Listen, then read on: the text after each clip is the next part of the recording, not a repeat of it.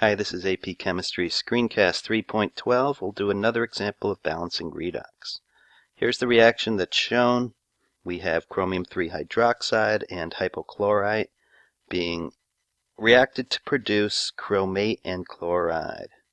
Let's break this down into its two half reactions. One rule that's important is if you have an acid or base as a reactant, keep it together. So one half reaction is chromium 3 hydroxide turning into chromate.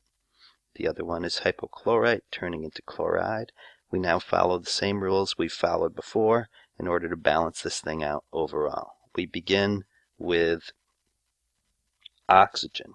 So the chromiums are fine, right? We're balancing everything first. Let's check that. It is fine. Chromium's fine. Oxygen we're going to balance in a minute. Chloride's fine, so we go immediately to the oxygens. 3 oxygens on this side and 4 on the product side. We'll add 1 water molecule to the reactant side.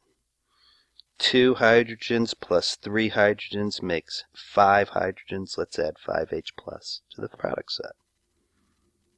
1 oxygen here, we better add 1 water molecule to the product side.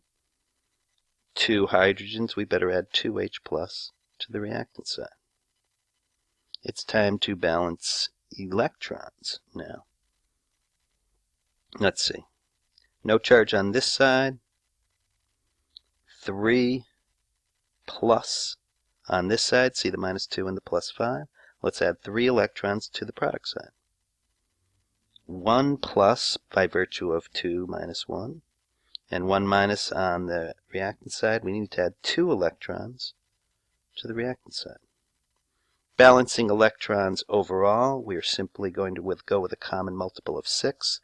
So we're going to double this entire half reaction and triple the other one, giving us balance with respect to electrons. You could draw a big line through your electrons at that point, 6 electrons on each side.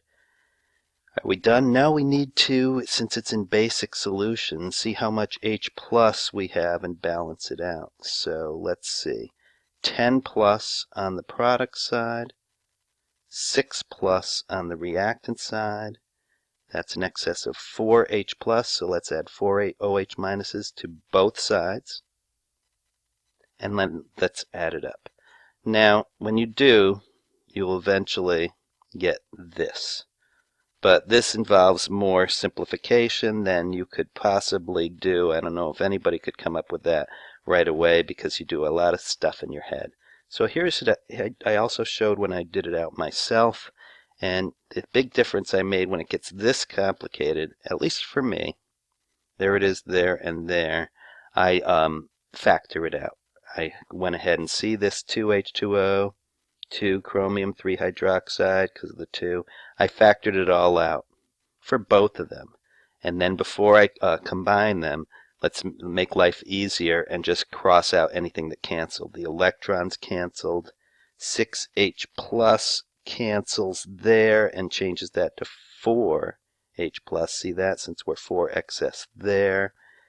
The 3 waters canceled out almost, right? We have an excess of 1, so I changed that 3 to a 1. Now when you add it up, it comes out much easier. And in fact, I added the hydroxides after. It wouldn't matter. You could go ahead and do it before, but this is a little easier to do it after. Final combining, and that's the balanced chemical equation, which you should check.